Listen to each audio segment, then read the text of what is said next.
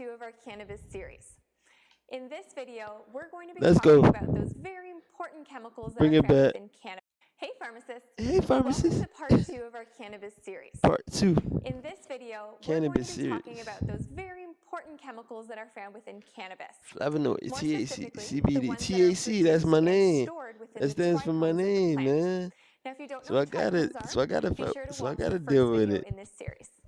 It's The my name fascinating thing about initials, cannabis kid. is that there are over 500 That hypes different me up, chemicals that kid. can be isolated. And these can be subdivided 500 into 2 chemical categories. compounds. You've got your non-cannabinoids and Man, you've got your cannabinoids. I learned so much let's from start with video. our She putting a lot of effort non-cannabinoids, and into we're going this to be video, talking man. about 2 of them She's specifically. a hey The pharmacist. first one are terpenes. Terpenes are responsible for the smell and the aroma of the cannabis plant. Over 100 different types of terpenes have been detected, and that's why there's so many different Wow, she's strains so with bright so many when it comes distinctive to flavors, cannabis. such as She berry looks or citrus Arabian, or pine.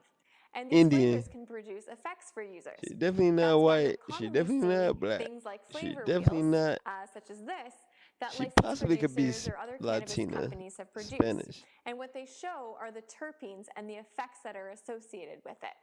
So you can compare this to aromatherapy, for example, since that's something you might be familiar with, such as eucalyptus or lavender. And just like how lavender may produce relaxing effects for a user, so too can these different terpenes that are found within the cannabis plant.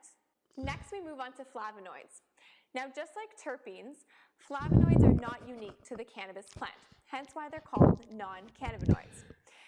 And you'll find these in many different types of flowers or foods that we eat, and they all lead to this pigmentation that we see in the cannabis plant and other things, such as the blue in blueberry or the red in raspberries. So think of it like that.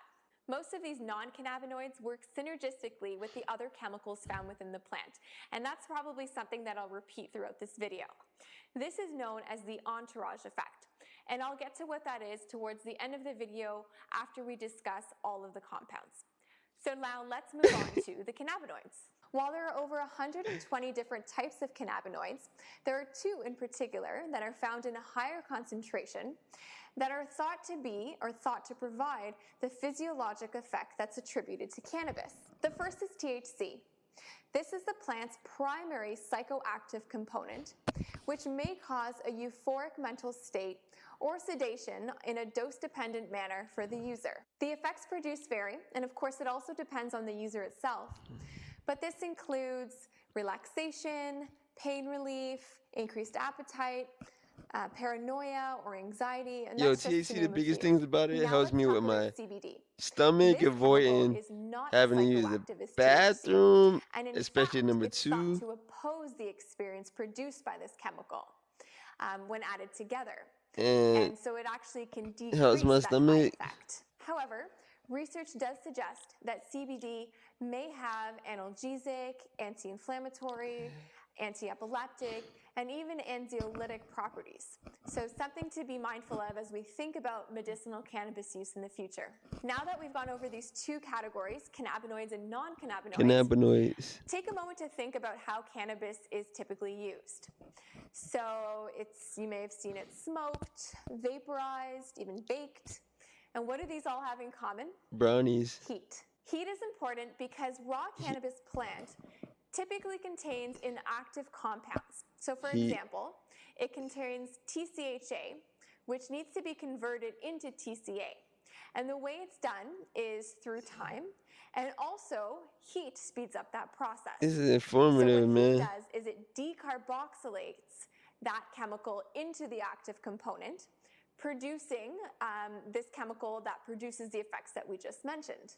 And that's something important just to keep in mind, because there are different ways to use cannabis, and most of the ones that you may come across involve the application of heat. So it's just good to know why. And remember, it's all about decarboxylation. So that's a quick overview of the chemicals found within the cannabis plant. Thanks for watching. I hope you stay tuned to our next video in this series, and see you next time. Thanks, pharmacist. Bye-bye.